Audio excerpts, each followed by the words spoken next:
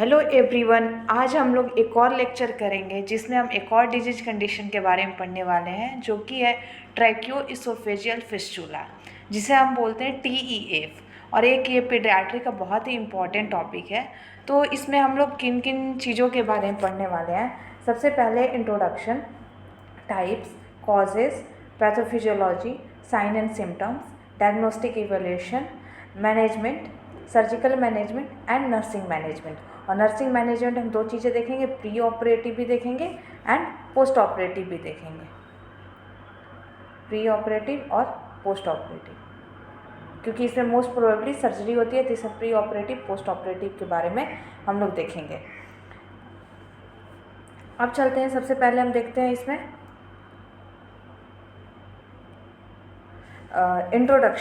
Introduction में सबसे पहले हम क्या देखेंगे कि फिस्टुला का मीनिंग क्या होता है?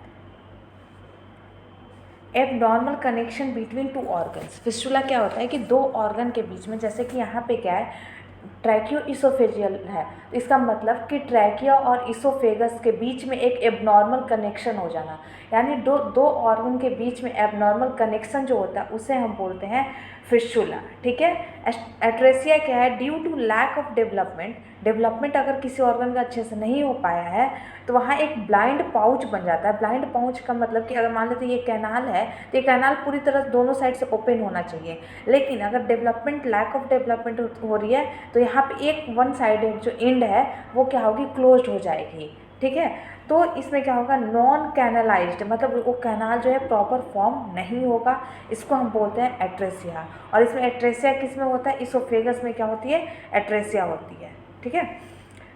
TEF क्या है? Trans oesophageal fistula form connection between oesophagus and fistula, जिसमें होती है एट्रेसिया एंड फिस्टुला। ठीक है।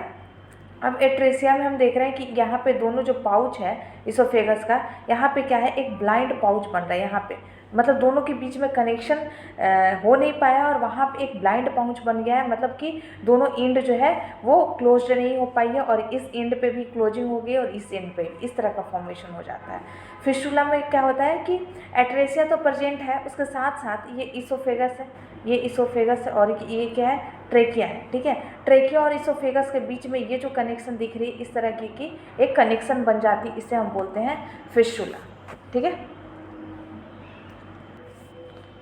अब नेक्स्ट हम लोग देखते हैं, जैसे कि एट्रेसिया भी मैंने बताया। एट्रेसिया में क्या है, देखिए एट्रेसिया में क्या है, ये हमारा हो गया इसोफेगस, ये क्या है, हमारा इसोफेगस है। ठीक है। इसोफेगस में अब क्या है, यहाँ पे प्रॉक्सिमल पार्ट है ये, यानी ऊपरी पार्ट को हम प्रॉक्सिमल बोलते हैं और नीचे वाले पार्ट को डिजिटल पार्ट बोलते हैं, और इन दोनों के बीच में एक ब्लाइंड पाउच बन गया है। ये जो है ये एक ब्लाइंड पाउच है। ठीक है। ब्लाइंड पाउच जिसका एंड जो है वो एक दूसरे से जुड़ा हुआ नहीं है, वो आपस में ही क्लोज्ड है। ये एंड जो है क्लोज्ड है, यहाँ से ये दोनों आपस में नहीं जुड़ा हुआ है, क्लोज्ड है, इसे हम बोलते हैं एट्रेसिया। अब देखते हैं फिस्टुला क्या होती है। फिस्टुला में क्या है कि ये हमारा इसोफेगस है, ये हमारा ट्रेकिया है, और इन दोनों के बीच में एबनॉर्मल कनेक्शन है, इन दोनों के बीच में एबनॉर्मल कनेक्शन है, जिसे हम क्या बोलते हैं, फिस्टुला। और यहाँ पे ये जो कनेक्टेड किससे कनेक्टेड होगा, फेरिंग्स से। ठीक है। ये किससे कनेक्टेड होगा, फेरिंग्स से, और नीचे ये वाला पार्ट कहाँ कनेक्टेड होगा, स्टोमक से। ठीक है। तो ये फेरिंग्स से तो ये दोनों कनेक्टेड होता है, ट्रैकिया और इसोफेगस दोनों, और नीचे जो है ये डिजिटल पार्ट जो है, ये डिजिटल पार्ट, ये पार्ट, ये नीचे कहाँ कनेक्टेड होगा, स्टोमक से। ठीक है। ये चीज़ ध्यान रखिए, इसे हम बोलते हैं फिस्टुला। अब नेक्स्ट देखते हैं टाइप ऑफ फिस्टुला। फिस्टुला जो होते हैं ट्रैकियोइसोफेजियल फिस्टुला, ये बहुत तरह के होते हैं, 5 टाइप्स होते हैं। इसमें पहला जो है टाइप 1। ठीक है। टाइप 1 में क्या होता है कि इस तरह से हमारा ट्रैकिया का प्रॉपर फॉर्मेशन रहता है, लेकिन यहाँ पे जो इसोफेगस है इसका प्रॉक्सिमल पार्ट को मैंने P से डिनोट किया और डिजिटल पार्ट को D से। ठीक है। इसका इसोफेगस का जो पार्ट है यहाँ पे सिर्फ और सिर्फ क्या प्रेजेंट रहेगा, एट्रेसिया प्रेजेंट रहेगा, यहाँ पे नो फिस्टुला का फॉर्मेशन नहीं है। यहाँ क्या है, बोथ प्रॉक्सिमल और डिजिटल एंड जो है इसोफेगस का है भी एट्रेसिया। क्या है, सिर्फ यहाँ पे एट्रेसिया, यहाँ पे फिस्टुला एब्सेंट है। यहाँ पे क्या लिखा है मैंने, फिस्टुला एब्सेंट है। और यहाँ पे इंसिडेंस कितना होता है, ये 5 to 8% होता है। अगर टोटल TEF किसी को होगा उसमें 5 to 8% लोगों को ये वाली टाइप होगी। ठीक है। इसमें सिर्फ और सिर्फ क्या रहेगा, एट्रेसिया रहेगा, फिस्टुला एब्सेंट रहेगा। ठीक है। only 2 ब्लाइंड पाउच प्रेजेंट होगा, ये 2 blind pouch, 1 and this one is 2। यानी ये 2 ब्लाइंड पाउच सिर्फ प्रेजेंट रहेंगे, बाकी इसमें कोई भी फिस्टुला फॉर्मेशन नहीं होगा, यानी इसोफेगस और ट्रैकिया के बीच में कोई कनेक्शन नहीं होगा। ठीक है, आई थिंक आपको ये समझ आ रही होगी तो चैनल को लाइक एंड सब्सक्राइब जरूर कीजिएगा। नेक्स्ट देखते हैं टाइप 2। टाइप 2 में क्या है, यहाँ पे देखिए अपर जो पार्ट है यानी प्रॉक्सिमल पार्ट, ठीक है, प्रॉक्सिमल पार्ट, और ये हो गया डिजिटल पार्ट, और ये हमारा दोनों किसका पार्ट है, इसोफेगस का पार्ट है, और ये हमारा क्या है, ट्रैकिया, टी से डोनेट किया है ट्रैकिया। ठीक है, तो ये जो प्रॉक्सिमल पार्ट है, ठीक है, ये प्रॉक्सिमल पार्ट ये किससे कनेक्टेड है, ये ट्रैकिया से कनेक्टेड है, और जो भी ये बच्चा फूड पार्टिकल्स लेता है, जो भी चीज़ें खाता पीता है, वो कहाँ चला आता है, लंग्स में चला आता है, लंग्स में, ठीक है, नीचे लंग्स में चला आता है। तो इससे क्या होता है, अब यहाँ देखते हैं, fistula present in proximal and और ट्रैकिया के बीच में यहाँ क्या है, फिस्टुला है, प्रॉक्सिमल एंड और ट्रैकिया के बीच में, बाई विच उससे क्या होगा, food material directly passes into the lungs, जिसकी वजह से फूड मटेरियल जो भी लेगा बच्चा वो लंग्स में आ जाएगा, और जिसकी वजह से एक कॉमन साइन और सिम्टम्स यहाँ दिखाई देगा, एस्पिरेशन निमोनिया इस केस में दिखाई देगा। टाइप 2 का कॉमन फीचर क्या है, एस्पिरेशन निमोनिया देखने को मिल सकता है। यहाँ पे एट्रेसिया भी प्रेजेंट होगा, डिजिटल पार्ट और प्रॉक्सिमल पार्ट दोनों में भी एट्रेसिया होगा। ये केस जो होता है बहुत ज़्यादा रेयर होता है, मोस्ट कॉमन नहीं है, मोस्ट कॉमन टाइप 3 होता है। ठीक है, समझ आई आपको। यहाँ पे जो प्रॉक्सिमल पार्ट ऑफ इसोफेगस है वो कनेक्टेड हो जाता है ट्रैकिया से, और ट्रैकिया और प्रॉक्सिमल पार्ट ऑफ इसोफेगस के बीच में फिस्टुला बन जाता है, और डिजिटल पार्ट में सिर्फ एट्रेसिया रहती है। जहाँ पे बच्चा कुछ भी खाता पीता है वो कहाँ चला आता है, लंग्स में। लंग्स में जब चला आता है तो ये क्या कॉज करता है, एस्पिरेशन निमोनिया। ओके, नेक्स्ट देखते हैं। नेक्स्ट है टाइप 3। टाइप 3 जो है मोस्ट कॉमन होता है, ये जो 80 to 90% इसका इंसिडेंस है। इसमें क्या होता है, प्रॉक्सिमल पार्ट में सिर्फ एट्रेसिया रहता है, इसमें जो होता है डिजिटल पार्ट जो है वो जुड़ जाता है ट्रैकिया से। ठीक है, और अब यहाँ क्या होता है कि जो भी एयर लेता है बच्चा, वो कहाँ चला आता है, नीचे डिजिटल पार्ट से होते हुए स्टोमक में। कहाँ चला आता है, नीचे डिजिटल पार्ट से होते हुए स्टोमक में। इसमें क्या है, proximal end of the oesophagus having atresia, proximal end में सिर्फ एट्रेसिया रहेगा। Digital end having fistula with trachea, digital end जो है वो फिस्टुला बनाएगा ट्रैकिया के साथ, and this connected to stomach, और नीचे ये जो किससे कनेक्टेड है, स्टोमक से कनेक्टेड है। तो इसकी वजह से क्या होगा, जो भी लंग्स में एयर जा रहा था सॉरी, वो एयर जो है स्टोमक में चला जाता है, और वहाँ पे एक फीचर दिखाई देता है हमें, एब्डोमिनल डिस्टेंशन। याद रखिएगा, टाइप 2 में क्या दिखाई दे रहा था, एस्पिरेशन निमोनिया, और टाइप 3 में एब्डोमिनल डिस्टेंशन। क्यों, क्योंकि डिजिटल पार्ट और ट्रैकिया के बीच में फिस्टुला फॉर्म हो जाता है। ट्रैकिया से जो भी हम एयर लेते हैं वो एयर कहाँ चला जाता है, स्टोमक में। जब स्टोमक में जाता है तो वो कराता है एब्डोमिनल डिस्टेंशन, और इसका इंसिडेंस सबसे हाई रहता है 80 to 90%। ठीक है, नेक्स्ट देखते हैं टाइप 4। टाइप 4 में क्या होता है कि इन दोनों के बीच में एट्रेसिया रहेगा, इन दोनों के बीच में एट्रेसिया रहेगा, और यहाँ पे फिस्टुला भी फॉर्म होगा, दोनों से, प्रॉक्सिमल पार्ट से भी और डिजिटल पार्ट्स, दोनों पार्ट्स जो है वो क्या फॉर्म करेगा, फिस्टुला। ठीक है, यहाँ पे 2 फिस्टुला प्रेजेंट होते हैं, both proximal and digital and of the end form fistula with oesophagus. ठीक है, विथ ट्रैकिया, सॉरी यहाँ पे जो टर्म होना चाहिए था वो होना चाहिए था ट्रैकिया के साथ। ठीक है, ट्रैकिया के साथ ये प्रॉक्सिमल और डिजिटल पार्ट दोनों जो है वो क्या बना लेता है, फिस्टुला। एट्रेसिया भी यहाँ पे प्रेजेंट रहता है। ठीक है, नेक्स्ट होता है, ये भी रेयर होता है, टाइप 5 जो होता है, जिसे हम एच टाइप बोलते हैं। आपको ये दिख रहा होगा, एच की तरह ये दिख रहा है। ठीक है, एच की तरह इसका। तो इसमें क्या होता है, एट्रेसिया एब्सेंट होता है, यहाँ पे एट्रेसिया नहीं है, लेकिन इसोफेगस और ट्रैकिया के बीच में कनेक्शन होती है, ये कनेक्शन होती है, ओनली फिस्टुला इसमें प्रेजेंट होता है, और ये एच की तरह दिख रहा है। इसका स्ट्रक्चर आप देखेंगे एच की तरह दिख रहा है, इसलिए हम इसे एच टाइप बोलते हैं। ठीक है, नेक्स्ट देखते हैं इसका कॉजेज। कॉजेज क्या है कि ये जेनेटिकल है, जेनेटिकल डिजीज कंडीशन। इसमें क्या है, मदर को या तो कोई मैटरनल इन्फेक्शन हो गया हो क्या, या फिर वो टेराटोजेनिक ड्रग्स ले लिया हो, या फिर वो मदर जो है बहुत ज़्यादा रेडिएशन से उसका एक्सपोजर हो, या फिर कोई भी क्रोमोजोमल एबनॉर्मलिटी जो मदर में, तो उस केस में ये कंडीशन मिल सकता है बच्चे में। ठीक है, रिस्क फैक्टर क्या हो सकता है, पॉलीहाइड्रोएमनियोज, मतलब कि जो एमनियोटिक फ्लूइड का अमाउंट है वो 2000 ml से ज़्यादा हो, ठीक है। मोस्टली ये कितना होता है 800 to 1000 ml के आसपास नॉर्मल इसकी होती है, 800 to 1000 ml के आसपास ये नॉर्मल होती है। लेकिन अगर ये नॉर्मल वैल्यू है, ठीक है, ये नॉर्मल है, अगर इससे ज़्यादा होती है 2000 से ज़्यादा तो ये एक रिस्क फैक्टर है। सिंगल अम्बिलिकल आर्टिकल है, हमें पता है कि जो कॉर्ड होती है अम्बिलिकल कॉर्ड, उसमें 2 आर्टरीज होते हैं और 1 वेन होती है, ठीक है। तो अगर इस सिंगल आर्टरी, सिर्फ एक ही आर्टरी है, सिर्फ एक ही आर्टरी है तो भी ये हो सकती है risk factor. Low birth weight baby या फिर प्री टर्म बेबी है, उस केस में भी ये इसका रिस्क फैक्टर हो सकता है, ठीक है। पैथोफिजियोलॉजी, पैथोफिजियोलॉजी हम एक नॉर्मल डेवलपमेंट का पैथोफिजियोलॉजी देखेंगे, कैसे डेवलपमेंट होती है, फिर उसके बाद एबनॉर्मलिटीज कहाँ आती है वो देखेंगे हम, ठीक है। तो during normal embryological development, during foetus जब रहता है उस टाइम एम्ब्रियोलॉजिकल डेवलपमेंट जो होती है, उस दौरान क्या होता है कि हमारा जो गट है और रेस्पिरेटरी ट्रैक है वो दोनों एक सिंगल ट्यूब से बनती है, एक सिंगल ट्यूब से दोनों डिवाइड होती है, ट्रैकिया भी और इसोफेगस भी, ठीक है। 4th to 5th week of gestation, 4th और 5th वीक ऑफ जेस्टेशन में ये दोनों एक ही ट्यूब से दोनों का फॉर्मेशन होता है। लॉन्गिट्यूडनल इनके बीच में इस तरीके का एक ट्यूब हो गया, ठीक है। इनके बीच में जो होती है, इनके बीच में एक सेपरेशन होती है, ठीक है, इनके बीच में सेपरेशन होती है और ये जो आगे वाली पार्ट है वो ट्रैकिया बन जाती है और पीछे वाली जो पार्ट है वो इसोफेगस बन जाती है, इसोफेगस बन जाती है, ठीक है। तो ये 4th to 5th वीक में ऐसा होता है। 2 पैरेलल ट्यूब बनते हैं यहाँ पे जो कि ज्वाइंट होते हैं कॉमन फेरिंग से। हमको पता है कि जो हमारी ट्रैकिया है और जो हमारी इसोफेगस है वो एक जगह ज्वाइंट होती है, कहाँ पे, फेरिंग्स के पास, वो दोनों एक जगह कॉमन पॉइंट पे ज्वाइंट होती हैं, ठीक है। वेन ये कंडीशन एक नॉर्मल तरीके से हो रही है, ये कंडीशन जो हो रही है एक नॉर्मल फिनोमेना है। इन केस इसमें कहीं भी डिफ़िकल्टी आती है, कहीं भी प्रॉब्लम आता है तो इनकम्प्लीट अगर फ्यूजन हो रहा है लैटरल वॉल का, इनके बीच में इनकम्प्लीट फ्यूजन हो रहा है या फिर इनकम्प्लीट क्लोजर हो रहा है लेरिंजोट्रैकियल ट्यूब का, तो वहाँ से एट्रेसिया या फिर फिस्टुला का फॉर्मेशन होता है, ठीक है।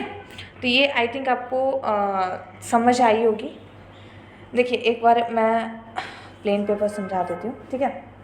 ये जिस तरह से मान लेते हैं कि एक सिंगल ट्यूब है, ठीक है, सिंगल ट्यूब है, इसके बीच में क्या होगा कि इस तरह से डिवीजन होगी, ठीक है। और ये हमारा बन गया ट्रैकिया आगे में और ये हमारा पीछे में एंटीरियर साइड में ट्रैकिया बन गया, पीछे में इसोफेगस बन गया। अगर इन केस इसमें डिवीजन प्रॉपर तरीके से नहीं होगा तो ये क्या बना लेगा, फिस्टुला बना लेगा। क्या बना लेगा, फिस्टुला, ठीक है। इन केस अगर इसका तो हमारी मतलब 2 पार्ट में ये डिवाइड हो गया, ठीक है, ये 2 पार्ट में इस तरह से डिवाइड हो गया, लेकिन इनके बीच में कनेक्शन नहीं हो पाया तो ये क्या बना लेगी, एट्रेसिया बना लेगी, ठीक है, एट्रेसिया बना लेगी, ठीक है।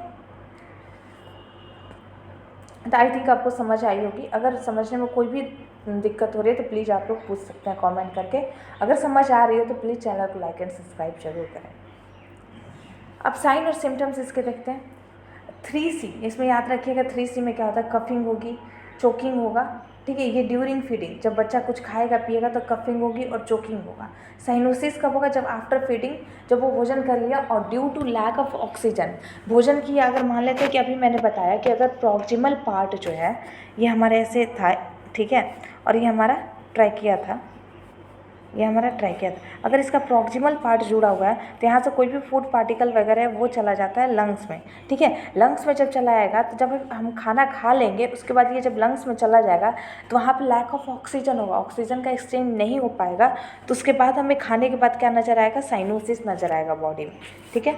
पॉलीहाइड्रोएमनियोज क्यों, क्योंकि जनरली क्या होता है फीटस जो है जब वोम में होता है तो उस दौरान क्या होता है कि एमनियोटिक फ्लूइड को वो सैलो करता है और आराम से वो पेट में चला जाता है। इन द केस अगर यहाँ पे एट्रेसिया हो, ठीक है, एट्रेसिया हो तो कोई भी चीज़ें एमनियोटिक फ्लूइड को लेगा अंदर, ठीक है, इस तरह से एट्रेसिया हो तो वो एट्रेसिया की वजह से एमनियोटिक फ्लूइड आएगा यहाँ पे ठीक है, एमनियोटिक फ्लूइड आएगा तो ये एमनियोटिक फ्लूइड नीचे की तरफ नहीं आ पाएगा, तो ये स्वेलो नहीं हो पाएगा, तो क्या होगा अल्टीमेटली वो फिटस के अराउंड जो होता है जमा होने लगता है। तो वहाँ पे हमें इन ऐसे केस में पॉलीहाइड्रोमनियोस देखने को मिलता है। एक amniotic fluid accumulated in the oesophagus में एक्यूमुलेटेड रहेंगे। नॉर्मली फिटस जो होता है उसे स्वेलो कर जाता है, लेकिन एट्रेसिया के केस में वो एक्यूमुलेटेड रह जाता है, जो कि इंडिकेट करता है कि बच्चे को TEF ट्रैकियोइसोफेजियल फिस्टुला हो सकता है। ठीक है, एक्सेसिव ड्रूलिंग ऑफ सलाइवा, बच्चा जन्म ले लिया है तो अब वो सलाइवा को हम जो भी निगलते हैं वो पेट में चला जाता है, लेकिन इन केस यहाँ पे ब्लाइंड पाउच का फॉर्मेशन है तो सलाइवा बार बार बाहर निकलते रहेगा। जो भी सलाइवा का फॉर्मेशन होगा वो माउथ से बाहर निकलते रहेगा। एब्डोमिनल डिस्टेंशन मैंने बताया था कि जो थर्ड वाली पार्ट है, अगर इनकेस थर्ड टाइप ऑफ आपको मैंने बताया था थर्ड टाइप ऑफ TEF में कि जो ये वाली पार्ट है डिजिटल पार्ट, अगर ये कनेक्टेड हो जाए ट्रैकिया से तो यहाँ से जो एयर होती है वो कहाँ चली जाती है, स्टोमक में जब चली जाती है तो क्या कहलाती है, abdominal distension. Failure of thrive, बच्चे की ग्रोथ प्रॉपर तरीके से नहीं हो पाएगी क्योंकि उसका न्यूट्रिशन ही नहीं पूरा हो पा रहा है। पुअर वेट गेन होगा, वेट का प्रॉपर गेन नहीं हो पाएगा। रेस्पिरेटरी डिफ़िकल्टी होगी। टाइप सेकेंड में मैंने बताया था कि जब प्रॉक्सिमल पार्ट ट्रैकिया से जुड़ जाए तो वहाँ पे जो भी एयर लेगा वो एयर जो भी वो खाएगा वो कहाँ चला जाएगा, लंग्स में चला जाएगा तो एस्पिरेशन निमोनिया कराएगा तो क्या होगा, रेस्पिरेटरी डिफ़िकल्टी होगी। ठीक है, रिगर्जिटेशन होगा, जो भी खाएगा पिएगा वो बाहर निकल जाएगा। ठीक है, आई थिंक आपको समझ आई होगी। नेक्स्ट देखते हैं डायग्नोस्टिक एवोल्यूशन, कैसे हम चीज़ें पता कर सकते हैं। एक हिस्ट्री टेकिंग, वो बताएगी माँ कि हमेशा जो सलाइवा है, लार है, वो बाहर निकलते रहता है। बच्चा कुछ भी खा पी नहीं पाता, जो भी खाता है बाहर निकल जाता है। खाता है तो खांसी करने लगता है, या फिर बॉडी जो होती है खाने के बाद जो होती है नीली पड़ने लगती है। ये सारी चीज़ें माँ बता सकती है। फिजिकल असेसमेंट कर सकते हैं, हम देखेंगे ड्रूलिंग ऑफ सलाइवा देखेंगे, NG ट्यूब डाल के देखते हैं, इसमें NG ट्यूब डाल के देखते हैं और 7 से 10 सेंटीमीटर से ज़्यादा जा ही नहीं पाता है NG ट्यूब। और जब हम एक्सरे देखते हैं तो वहाँ पे इस तरह से ट्रेसिया रहेगी तो यहाँ पे NG ट्यूब जो है होगी वो क्वाइलिंग मिलेगी NG ट्यूब की। ठीक है, तो इससे पता चल जाता है। एक्सरे करते हैं, बैरियम स्वेलो करेंगे तो जो भी हम मटेरियल बैरियम का देंगे वो सिर्फ यहीं तक दिखलाएगा। इसके बाद ये आगे जो भी हम डाई लिए हैं वो डाई आगे की तरफ नहीं जाएगा, तो सिर्फ यहीं पे एक्यूमुलेटेड दिखाई देगा। USG करा सकते हैं, अल्ट्रासाउंड करा के हम देख सकते हैं। इन सारे चीज़ों से हम पता कर सकते हैं TEF है या नहीं। नेक्स्ट देखते हैं मैनेजमेंट। ठीक है, मैनेजमेंट में पहले बच्चे को हम क्या रखेंगे, NPO रखेंगे, प्री ऑपरेटिव है। ये सारी जो है प्री ऑपरेटिव है, ऑपरेशन से पहले हम क्या क्या चीज़ें कर सकते हैं। NPO रखेंगे, बच्चे को कुछ खिलाएंगे पिलाएंगे नहीं, क्योंकि वो एट्रेसिया है तो स्टमक में जा नहीं रहा तो कोई फ़ायदा नहीं, रिगर्जिटेट कर लेगा बच्चा। पेरेंटल न्यूट्रिशन देंगे, अगर कंप्लीट पेरेंटल न्यूट्रिशन दे रहे हैं तो हम सेंट्रल वेनस लाइन से देंगे। ठीक है, 7 डेज से अगर ज़्यादा देना तभी सेंट्रल वेनस लाइन, और हाइपरटोनिक सॉल्यूशन देंगे। अगर पार्शियल हमें पेरेंटल न्यूट्रिशन देना है तो पेरिफेरल वेन का भी यूज कर सकते हैं। लेस दैन 7 डेज, 7 दिनों से कम करेंगे और आइसोटेनिक सॉल्यूशन देंगे। ये होगी कि हम न्यूट्रिशन कैसे देंगे। अब नेक्स्ट आते हैं कि बच्चे को पोजीशन क्या रखेंगे, क्योंकि बच्चा जो भी सलाइवा वगैरह है अगर जाएगा तो वह फिर अल्टीमेट लंग्स में चला जाएगा जहाँ से एस्पिरेशन होने की चांसेज है। तो हम बच्चे की थोड़ी पोजीशन अपराइट रखेंगे, हेड इन जो है 30 डिग्री जो है एलिवेट करके रखेंगे ताकि जो भी एस्पिरेशन उसको ना हो सके, जो भी सलाइवा वगैरह आ रहा है वो बाहर निकल जाए। ठीक है, या फिर बच्चे को लैटरल पोजीशन भी दे सकते हैं ताकि जो भी सलाइवा वगैरह आ रहा है वो बाहर निकल जाए। गैस्ट्रोटमी ट्यूब डाल सकते हैं, क्यों, क्योंकि स्टोमक में अगर हमने थर्ड टाइप मैंने बताया था कि जो डिजिटल एंड अगर कनेक्टेड है ट्रैकिया से तो वहाँ से एयर जो होता है स्टोमक में आ जाता है, तो एयर को इवैक्यूएट करने के लिए हम गैस्ट्रोटमी ट्यूब डालेंगे ताकि वहाँ से एयर को हम बाहर निकाल सकें, एब्डोमिनल डिस्टेंशन से बचा सकें। केप्ट एम्प्टी प्रॉक्सिमल ब्लाइंड, जो प्रॉक्सिमल ब्लाइंड है, ठीक है, ये हमारा जो प्रॉक्सिमल ब्लाइंड है, ठीक है, ये हमारा डिजिटल ब्लाइंड। तो प्रॉक्सिमल ब्लाइंड को हमको खाली रखना है ताकि यहाँ से कोई भी फूड पार्टिकल वगैरह लंग्स में न जाए। ठीक है, लंग्स में न जाए, तो कांस्टेंट इसमें सक्शनिंग करते रहनी है ताकि वहाँ से कोई भी फूड पार्टिकल या फिर सलाइवा लंग्स में न जाए, जिसकी वजह से वहाँ एस्पिरेशन निमोनिया ना हो।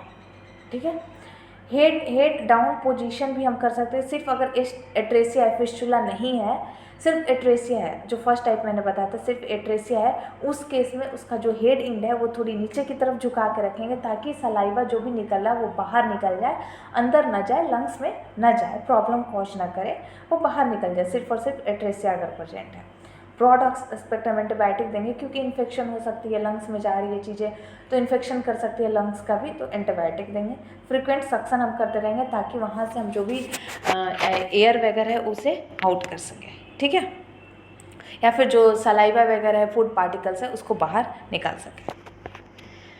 सर्जिकल मैनेजमेंट, इसमें रिकन्स्ट्रक्टिव सर्जरी करते हैं, एंड टू एंड एनास्टोमोस कर देते हैं, जैसे कि ये जो एट्रेसिया बन रखी है उसको एंड टू एंड जो है हम जोड़ देते हैं, ठीक है।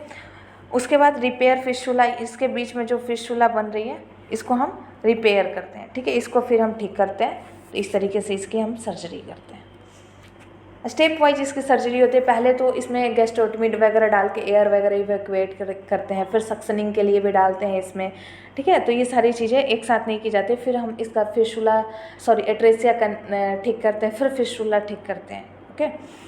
अब हम पोस्ट ऑपरेटिव में क्या क्या चीज़ें ध्यान रख सकते हैं, पहला तो NPO रखेंगे बच्चे को, नील पर ओरल, ठीक है, जब तक की कंडीशन ना आ जाए कि हम उसे दें, ठीक है। IV थेरेपी देंगे, इनफैक्ट प्लेस्ड इन वार्म, क्योंकि फ्लूइड वगैरह की कमी हो सकती है तो बच्चे को हमें कहाँ रखना है, वार्म देनी है। ह्यूमिडिफाइड एयर देनी, इन केस अगर निमोनिया का केस है तो एयर जो भी देंगे वो ह्यूमिडिफाइड एयर देंगे। Chest tube drainage position anastomosis, अगर सर्जरी हो गई है, एनास्टोमोसिस हो गया है, उस केस में हम चेस्ट ट्यूब डालेंगे ताकि वहाँ से जो भी एस्पिरेटेड मटेरियल उसे बाहर निकाल सकें।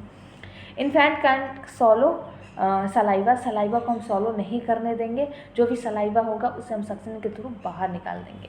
एंटीबायोटिक देंगे, सर्जरी के बाद तो वैसे भी देते हैं। फ्रीक्वेंट स्मॉल डाइट, 4 से 5 दिन अगर हो गया है और इंडिकेटेड है कि अब बच्चे को हम भोजन दे सकते हैं तो बहुत ही स्मॉल लिक्विड डाइट देंगे, ठीक है। आफ्टर 1 to 10 डेज के बाद पोस्ट ऑपरेटिव बैरियम स्वेलर करके देखेंगे कि जो हमने सर्जरी करी है वो सर्जरी सही से हुई है या नहीं हुई है, ठीक है। चेस्ट ट्यूब जो हमने डाला था वो कब हटा लेंगे, 1 हफ्ते से 10 दिन के अंदर, यानी 7 to 10 डेज के अंदर हम उसको हटा लेंगे। गैस्ट्रोटमी जो है वो कब रिमूव करेंगे, 5 to 10 डेज में हम उसको भी रिमूव कर लेंगे, ठीक है। तो आई थिंक आपको ये लेक्चर और नोट्स पसंद आए होंगे। अगर आपको ये लेक्चर और नोट्स पसंद आएगा तो प्लीज़ चैनल को लाइक एंड सब्सक्राइब करें और अपने दोस्तों में शेयर करें। Thank you very much. एक बार देख लेते हैं हमने क्या क्या चीज़ें पढ़ी, ठीक है।